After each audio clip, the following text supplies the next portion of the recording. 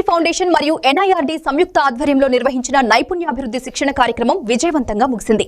వర్మి compost, ప్రకృతి వ్యవసాయం, తేనె తయారీపై 5 రోజుల పాటు జరిగిన ఈ శిక్షణను పూర్తి చేసిన ఎన్టీఆర్ జిల్లాకు చెందిన 45 మంది ఎస్హెచ్జి మహిళలకు సర్టిఫికెట్లను ఎంపీ కేశినేని శివనాథ్ సతీమణి కేశినేని జానకిలక్ష్మి ప్రదానం చేశారు.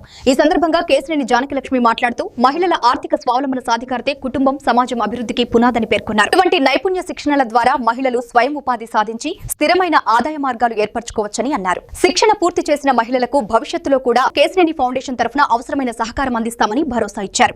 ఈ కార్యక్రమం మహిళల జీవనోపాధి మెరుగుదల దిశగా మరో కీలక ముందడుగుగా నిలిచిందని నిర్వాహకులు తెలిపారు.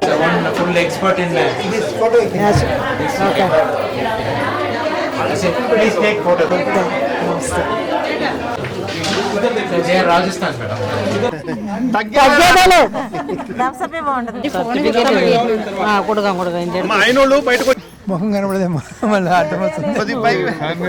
తగ్గేదేలే చెప్తావా.